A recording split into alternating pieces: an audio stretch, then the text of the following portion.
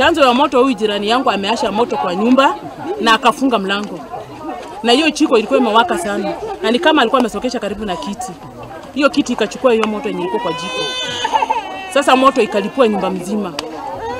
Kama sio wanaume wenye wamekuja kutuokoa, sisi wote tungeungua tukiwa kwa nyumba, kwa sababu wengine walikuwa wamelala, kama jirani yangu alikuwa amelala. Tukakuta hii kisanga imefanyika hapa ya moto. Mafamilia 30 wanalala nje leo, hawana makao. Hii moto imeleta madhara mingi sana. Na tena mwenye hii plot ameenda hasara. Hii plot ndio anategemeanga kusomesha watoto wake. Sasa mwenyewe ameenda hasara.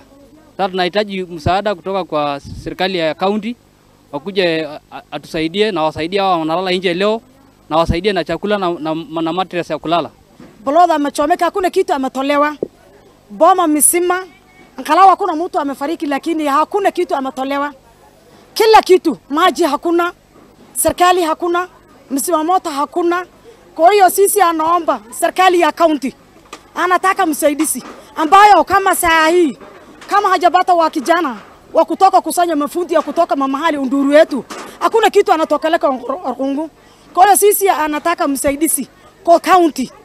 Tunaomba wenyeji na uongozi watusaidie, kwa sababu kama tungekuwa na gari ya usimamoto tungesaidika, lakini hatujasaidika kwa njia zozote. Hata askari tuko hapa, atuoni mmoja wao, atuoni waongozi wa kila mbalimbali.